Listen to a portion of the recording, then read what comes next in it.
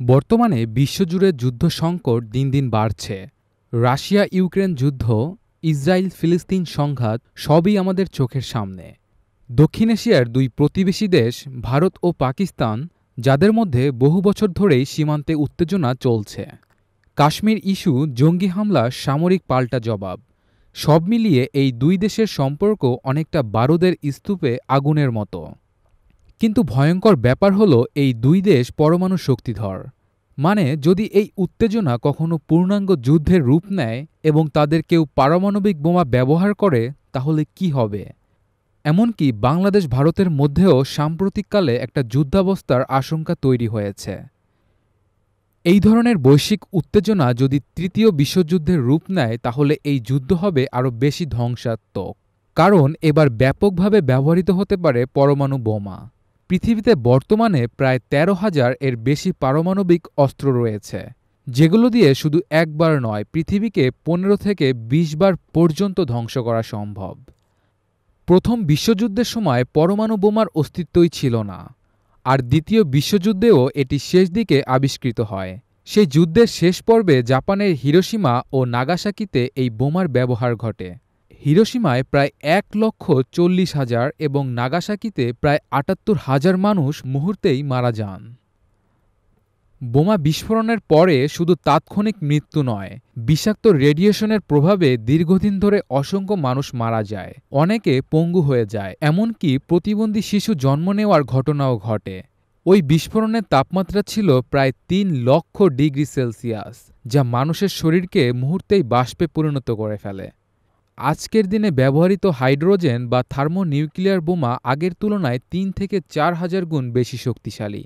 বিশেষজ্ঞদের মতে এর ব্যবহার হলে মানুষ তো বাঁচবেই না, অন্য প্রাণীরাও বিলুপ্ত হয়ে যেতে পারে।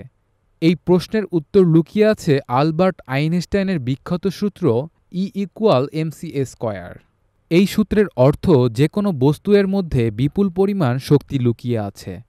আমরা সাধারণত শক্তির উৎস হিসেবে পেট্রোল, কয়লা, গ্যাস ইত্যাদিকে জানি, কিন্তু আইনস্টাইনের মতে যে কোনো পদার্থ, চাই সেটা ইট, কাঠ, পাথর কিংবা গ্যাস হোক, তার মধ্যেই বিপুল শক্তি থাকে। একটা সাধারণ পাথরের টুকরো দিয়েও যদি আপনি সম্পূর্ণ শক্তি নির্গত করতে পারেন, তাহলে আপনি একদিনে পুরো পৃথিবীতে যত বিদ্যুৎ খরচ হয় তা ওই পাথর থেকেই পেতে পারেন। উদাহরণ হিসেবে বলা যায়, মাত্র ২.৭ কেজি পদার্থ পুরোপুরি শক্তিতে রূপান্তর করলে তা দিয়ে সারা পৃথিবীর একদিনের বিদ্যুৎ চাহিদা মেটানো সম্ভব। মানুষ এখনও এমন প্রযুক্তি আবিষ্কার করেনি যা যে কোনো বস্তু থেকে শতভাগ শক্তি বের করতে পারে। তবে ১৯৩৮ সালে জার্মান বিজ্ঞানী অটো হান ও তার দল একটি বিশেষ পদ্ধতি আবিষ্কার করেন, যার নাম নিউক্লিয়ার ফিশন। এতে দেখা যায় ইউরেনিয়াম-২৩৫ পরমাণুতে একটি নিউট্রন দিয়ে আঘাত করলে তা দুই ভাগে বিভক্ত হয় এবং সেই বিভাজনের সময় কিছু ভর শক্তিতে রূপান্তরিত হয়। একই সঙ্গে কিছু নতুন নিউট্রনও বেরিয়ে আসে, যা আবার পাশের অন্য পরমাণুতে গিয়ে আঘাত করে। এভাবে চলে একটি চেইন রিয়াকশন, যেটা অসীম শক্তি উৎপাদন করতে পারে। ১৯৪৫ সালে মার্কিন বিজ্ঞানী রবার্ট ওপেনহাইমার সফলভাবে এই চেইন রিয়াকশন প্রয়োগ করে বিশ্বের প্রথম পরমাণু বোমা তৈরি করেন। এরপর এই বোমা দিয়ে শুরু হয় ইতিহাসের এক ভয়ঙ্কর অধ্যায়। এইভাবে বিজ্ঞান আর রাজনীতির মিশ্রণে গঠিত হয়েছে বিশ্বের সবচেয়ে ভয়ঙ্কর অস্ত্র, পরমাণু বোমা। এর পেছনের বিজ্ঞান যেমন রোমাঞ্চকর, তেমনি এর ব্যবহার মানবজাতির অস্তিত্বের জন্য বিপর্যয়কর। এটি শুধু কল্পনার বিষয় নয়, বাস্তবতা হলো ভারত ও পাকিস্তান মিলে প্রায় ৩০০-র বেশি পরমাণু বোমা মজুত করে রেখেছে এবং দুই দেশই বারবার হুঁশিয়ারি দিয়েছে যে প্রয়োজনে তারা এ অস্ত্র ব্যবহার করতেও পিছপা হবে না। তাহলে ভাবুন তো একবার, একটা পরমাণু বোমা যদি দিল্লি বা ইসলামাবাদের মতো ঘনবসতিপূর্ণ শহরে পড়ে, তাহলে কি হতে পারে?